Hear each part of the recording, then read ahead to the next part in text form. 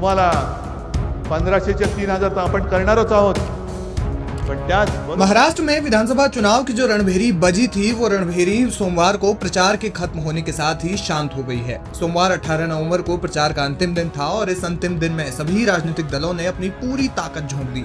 20 नवंबर को मतदान के बाद 23 नवंबर को सरकार और विपक्ष का ऐलान हो जाएगा। इस चुनाव में कई हॉट सीट्स हैं, जिसमें से एक सीट है अणुशक्ति नगर सीट, जहां से बॉलीवुड अभिनेत्री स्वरा भास्कर के पति फहाद अहमद शरद पवार की एनसीपी से चुनावी मैदान में है, तो वहीं महाराष्ट्र के दिग्गज नेता नवाब मलिक की बेटी सना मलिक को अजित पवार गुट वाली एनसीपी ने चुनावी मैदान में उतारा है। खास बात यह है कि दोनों प्रत्याशी नए हैं। इस सीट पर नजरें दोनों प्रत्याशियों पर है, लेकिन फहाद अहमद ने इस विधानसभा सीट पर माहौल जमा दिया है और जीत के लिए पूरा दमखम लगा दिया है। फहाद अहमद का प्रचार करने के लिए कई दिग्गज नेता अणुशक्ति नगर आए। खास बात यह है कि इन नेताओं में कुछ तो इंडिया गठबंधन या महाविकास अघाड़ी का हिस्सा भी नहीं है। जी हाँ, आजाद समाज पार्टी कांशीराम के प्रमुख चंद्रशेखर आजाद ने फहाद अहमद के लिए वोट मांगा, उनके लिए एक तरह से प्रचार किया। उन्होंने एक वीडियो के माध्यम से जनता से फहाद अहमद को वोट देने की अपील की। चंद्रशेखर आजाद ने कहा, जहां पैसे वाले पूंजीपति माफियाशाही लोग चुनाव लड़ रहे हैं, तो वहीं अणुशक्ति नगर से मेरे छोटे भाई फहाद अहमद चुनावी मैदान में हैं,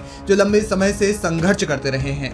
मैंने उन्हें संघर्ष करते देखा है और इसलिए मैं जनता से अपील करता हूं कि अपने वोट की ताकत से उन्हें शक्ति दें, ताकि वे आपके लिए आगे संघर्ष कर सकें।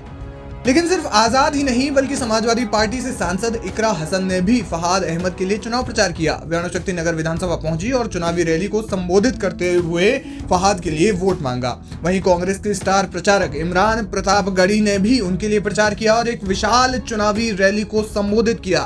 फहाद अहमद ने विधानसभा में प्रचार के लिए इंडिया गठबंधन के तमाम दलों के नेताओं को बुलाकर माहौल जमा दिया है। इन नेताओं के अलावा कन्हैया कुमार, सलमान खुर्शीद, जितेंद्र अहवाड़ जैसे बड़े नेताओं ने उनके लिए प्रचार किया। अणुशक्ति नगर में एक तरह से स्टार प्रचारकों का मजमा लग गया और फहाद अहमद को जिताने की जनता से अपील की। स्वरा भास्कर भी अपने पति के साथ हर एक कदम पर उनका साथ देती हुई दिख रही हैं।